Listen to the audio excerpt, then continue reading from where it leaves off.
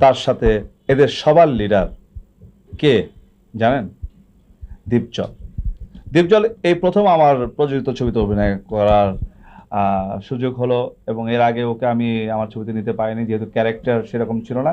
আপনারা হতভম্ব হবেন এই ছবি দেখে যে সোবার জেন্টলম্যান ক্যারেক্টার দীপজল এই ছবিতে করেছে, অভিনয় করেছে, এবং দীপজলের মুখ থেকে কোনো গালির শব্দ আপনারা শুনতে পারবেন না, কোনো গালাগালি, কোনো রাগারাগি করেনি। তবে মারামারি সে যথেষ্ট করেছে, ব্যাড কনস্পেসি করেছে আমাকে বিপদে ফেলার জন্য, আমার স্ত্রীকে, আমার প্রেমিকাকে, আমার বাবাকে, আমার মাকে, টোটাল ছবির যারা আর্টিস্ট সবাইকে বিপদে ফেলার চেষ্টা করেছে, বাট সবস্টেকেটেড ওয়েতে, মার্জিতভাবে, যেটা সচরাচর বিভিন্ন পরিবারে হয়ে থাকে।